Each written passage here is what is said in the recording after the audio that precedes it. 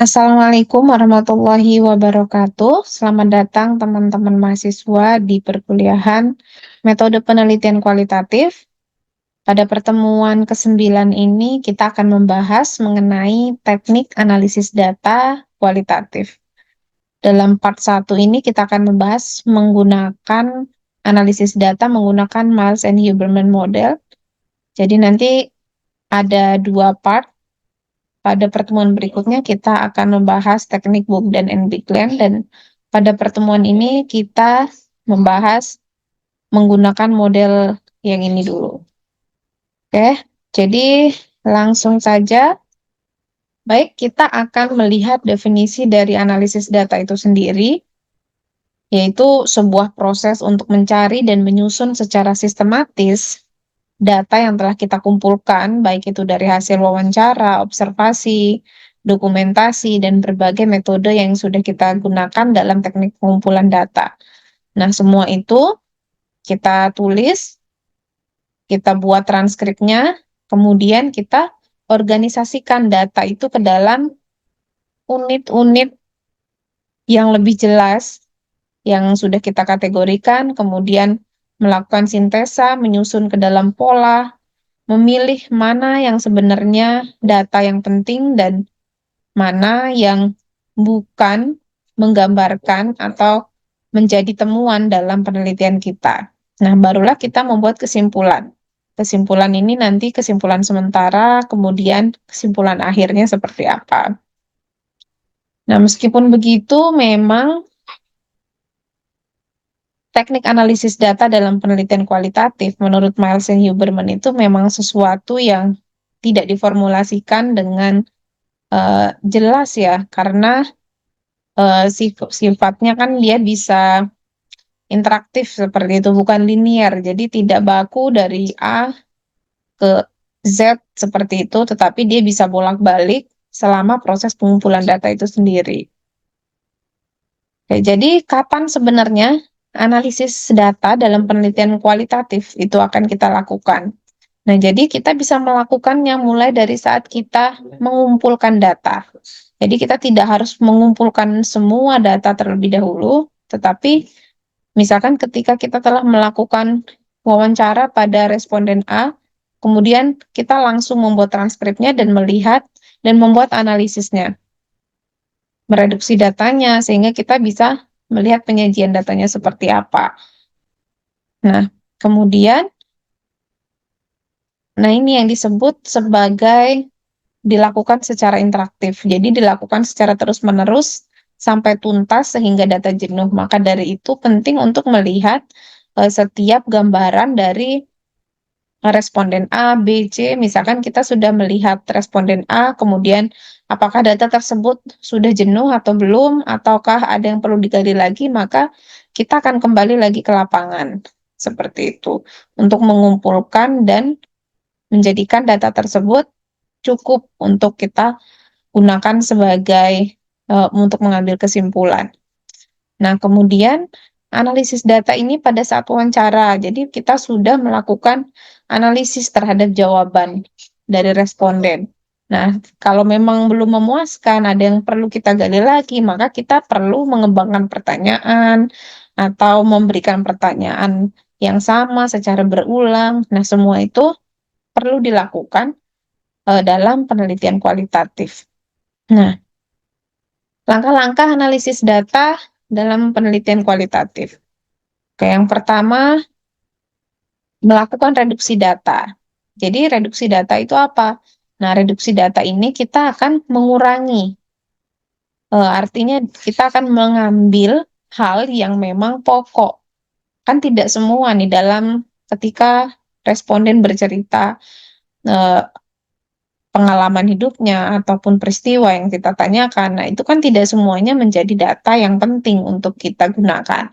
Nah, itu dalam proses menguranginya inilah dalam langkah pertama dalam analisis data. Jadi kita melihat atau fokus pada hal-hal yang memang penting, kemudian kita memberi nama tema, membuatnya menjadi satu pola jawaban yang menggambarkan pertanyaan penelitian. Jadi, yang memang dia itu jawabannya kan mungkin responden akan bercerita kadang keluar dari konteks atau apa. Nah, itu semua bisa kita buang seperti itu. Kemudian bisa dan memberikan kode pada aspek-aspek tertentu sesuai kategori. Nah, data yang telah direduksi akan memberikan gambaran yang lebih jelas sehingga kita sudah melihat nih, oh ini intinya seperti ini. Kemudian yang tidak pentingnya itu sudah tidak kita lihat lagi, sehingga kita akan lebih mudah untuk melakukan, apakah kita perlu melakukan pengumpulan data selanjutnya itu dalam bentuk seperti apa yang perlu digali lagi, kemudian apa yang sudah cukup. Nah, semua itu akan terlihat dari sini. Oke, yang kedua, jadi reduksi data ini ya seperti yang sebelumnya sudah dijelaskan, orientasinya adalah data yang memang memiliki nilai temuan.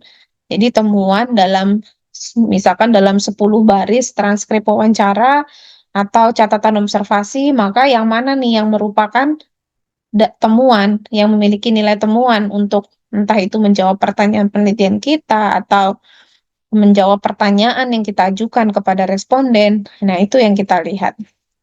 Nah, kita memilah temuan tersebut dan kemudian memberinya pola-pola tersendiri yang terstruktur seperti itu. Polanya itu bisa dibentuk dalam ringkasan atau 2-3 kata untuk menggolongkannya dalam satu pola-pola yang lebih spesifik. Nah, pilihan-pilihan peneliti tentang mana bagian yang perlu kita kode, kemudian mana yang perlu kita buang. Nah, ini merupakan pilihan-pilihan yang harus dilakukan dalam proses analisis data. Nah, tahapan yang kedua adalah melakukan penyajian data. Jadi dalam proses penyajian data, kita kan sudah mengumpulkan informasi, kemudian kita sudah melakukan reduksi. Nah, setelah kita melakukan reduksi data, kita membuat pola, dan kita kan sudah melihat nih polanya seperti apa. Nah, sekarang pola tersebutlah yang kita kategorikan atau kita kelompokkan. Sebab misalkan dalam satu transkrip wawancara itu kan mungkin ada responden yang sedang bercerita tentang misalkan mana yang masuk ke latar belakang responden gitu. Kemudian di lembar keberapa lagi atau di baris keberapa lagi itu yang merupakan latar belakangnya. Jadi semua itu kita kumpulkan menjadi satu, dikelompokkan, dikategorikan. Nah, bisa juga disajikannya dalam berbagai bentuk seperti kalimat, bagan, grafik, dan seterusnya. Tapi kalau menurut Miles and Huberman itu dalam qualitative research itu biasanya itu dalam bentuk naratif, teks naratif untuk menggambarkan sebuah kategori untuk mengelompokkannya dalam bentuk teks. Nah, ketika melihat penyajian data, looking at displays help us to understand. Jadi bantu kita untuk memahami sebenarnya data kita ini sudah sampai mana, apa yang diperlukan, kemudian analisis berikutnya seperti apa. Nah, ini akan membantu kita untuk melanjutkan penelitian. Nah, jadi penyajian data ini menggabungkan informasi-informasi yang tercecer tersebut itu kita susun dalam satu bentuk yang padu, yang memiliki makna dan memiliki beberapa anggota gitu. Misalkan kita menyebutnya sebagai eh, pengalaman pelecehan seksual misalkan. Misalkan kita sedang meneliti hal tersebut.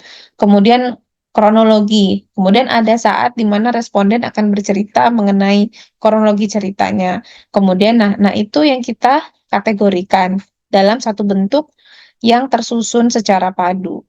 Sehingga kita dengan mudah melihat apa yang sedang terjadi, kemudian apakah menarik kesimpulan atau perlu dilanjutkan untuk penggalian data lagi.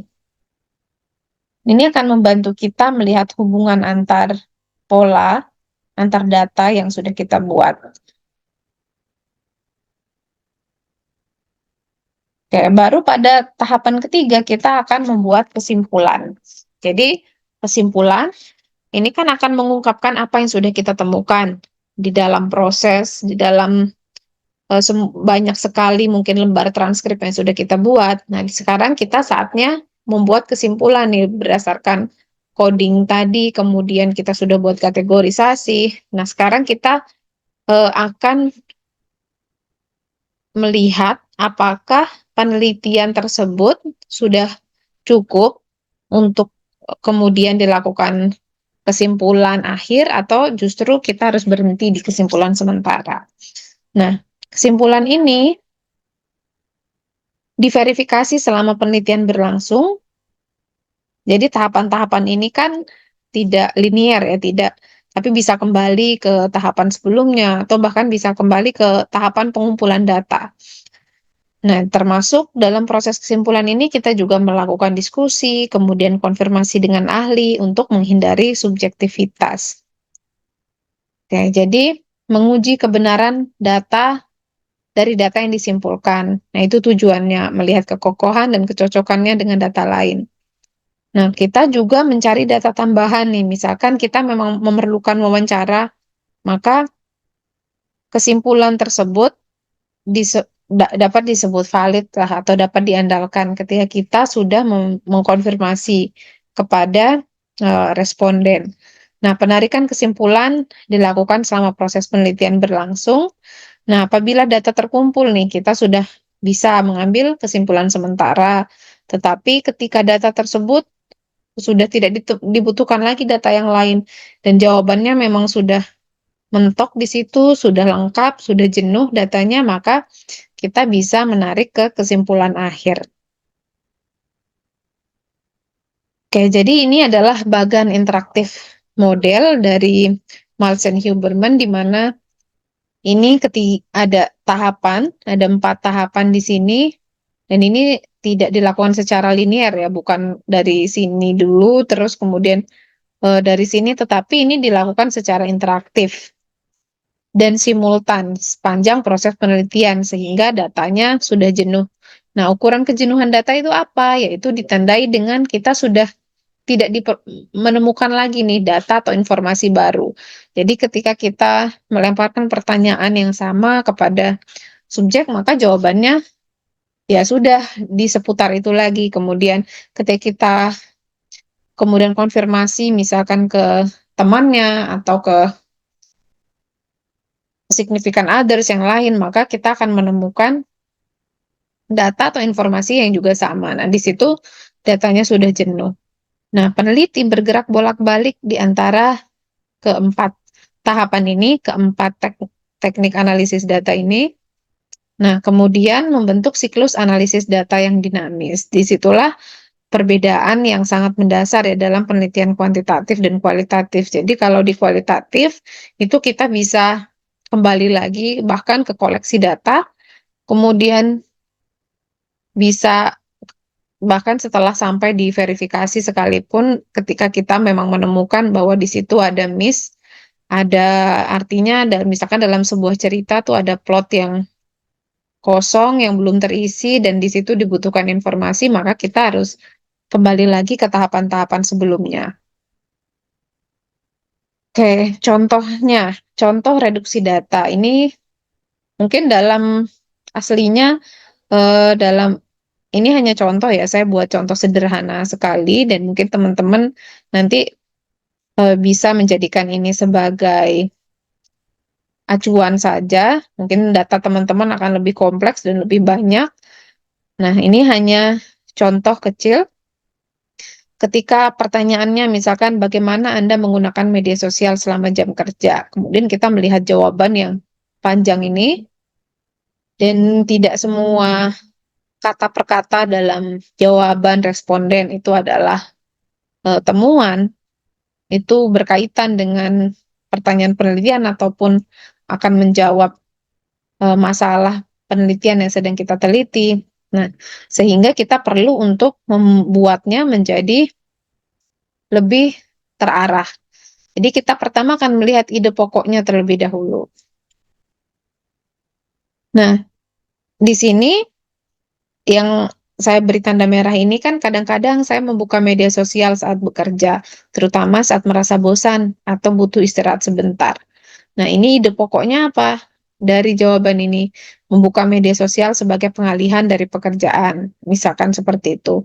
Kemudian yang warna hijau, ini banyak hal yang saya suka, yang saya buka dan membuat saya tertarik. Nah, ini hal-hal yang dia buka. Kemudian dia bercerita lagi. Nah, di sini konten yang dia buka lagi. Nah, ini ide pokoknya apa? Hal yang membuat tertarik menjadi pilihan yang diakses. Nah, dari sini kita akan membuatnya menjadi kode atau kata kunci.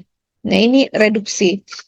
Nah, ini proses reduksi data. Jadi kita akan membuatnya menjadi eh, dua atau tiga kata untuk menggambarkan apa yang sudah diungkapkan yang panjang lebar ini. Misalkan yang ini tadi kita sebut sebagai waktu dan pola penggunaan medsos. Kemudian yang ini tadi yang panjang kita sebut sebagai ragam konten. Nah, dalam proses wawancara itu kan kita akan temukan lagi nih pola-pola yang ini.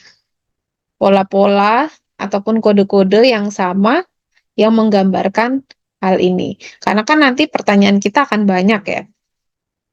Bisa dengan membuat daftar pertanyaan atau direct aja ke responden juga bisa. Jadi jawaban yang akan kita dapatkan itu sangat beragam. Nah, kemudian misalkan pada pertanyaan kedua, bagaimana pengaruhnya terhadap pekerjaan Anda? Nah, ini jawaban responden. Saya rasa media sosial menurunkan produktivitas, bla bla bla. Kemudian kita cari ide pokoknya. Oh, dia media sosial menurunkan produktivitas kerja. Nah, ini penjelasannya. Kemudian sulit sekali rasanya untuk berhenti scroll dan mulai lagi melanjutkan pekerjaan. Nah, di sini dia menjelaskan tentang apa? Tentang kesulitan untuk berhenti mengakses. Nah, kita memberi kode apa di sini? Kita akan membuatnya menjadi kata kunci. Yang pertama ini sebagai pengaruh medsos, kemudian yang kedua ketergantungan medsos. Seperti itu. Kemudian, nah, tidak sampai di situ, jadi kita selanjutnya akan melihat nih kata kunci tadi, abstraksi yang sudah kita buat. Nah, kita kan akan membuatnya menjadi seperti ini nih. Kita akan menulisnya satu persatu, kata kunci apa saja yang sudah kita buat. Nah, kategorisasi itu diurutkan atau dikelompokkan sesuai kategori berdasarkan keseluruhan hasil wawancara yang telah dispesifikkan ke dalam beberapa konseptualisasi. Jadi setiap kata kunci itu tuh dimasukkan ke dalam kelompoknya masing-masing. Misalkan ini ya, misalkan kita ini hanya sebagai contoh ya, dan di sini hanya berupa penjelasan. Jadi misalkan kita membuat kategorisasi bernama pola interaksi dengan media sosial. Nah, pola interaksi dengan media sosial itu isinya apa aja? Misalkan yang pertama pengaruh media sosial, kemudian ketergantungan media sosial. Nah, seterusnya. Jadi kita membuatnya menjadi kelompok-kelompok tersendiri. Dan kita buat tema, memberi nama tema besar lah dari berbagai penjelasan dari responden. Nah, misalkan yang dua ini kita beri tema sebagai pola interaksi dengan media sosial. Nanti ini kita beri tema yang lain lagi. Nah, begitu seterusnya. Jadi, data yang sudah kita kumpulkan, yang sudah kita beri kode, nah selanjutnya kita kelompokkan dalam temanya masing-masing. Nah, dalam penyajian data, tema-tema tersebutlah yang kita sajikan. Jadi bisa dalam bentuk naratif, grafik, gambar, dan seterusnya. Nah, misalkan tadi temanya, tema besarnya yang sudah kita reduksi tadi adalah pola interaksi dengan media sosial. Nah, peneliti membuat narasi tentang data yang telah diolah. Jadi, semuanya yang sudah kita kategorikan tadi, itu misalkan tema satu, pola interaksi dengan media sosial. A, misalkan ragam konten, B, pengaruh media sosial, C, apa gitu, dan seterusnya. Jadi, apa yang sudah kita kode, yang sudah kita abstraksi itu kita masukkan di sini. Begitupun tema berikutnya, jadi tema pembahasan seterusnya. Nah, disinilah kita menyajikan data sehingga kita bisa melihat, oh, yang sudah terkumpul itu ini, kemudian detailnya seperti ini, begitu pada tema berikutnya, sehingga kita bisa melihat apa yang kurang dan apa yang perlu dilengkapi. Oke, kemudian kesimpulan.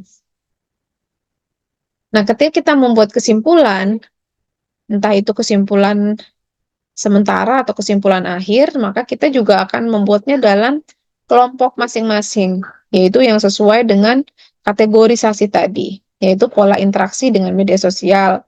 Dalam tema besar ini, kesimpulannya seperti apa? Kemudian, pembahasan seterusnya, tema yang kedua itu kesimpulan seperti apa? Tema yang ketiga, kesimpulannya bagaimana?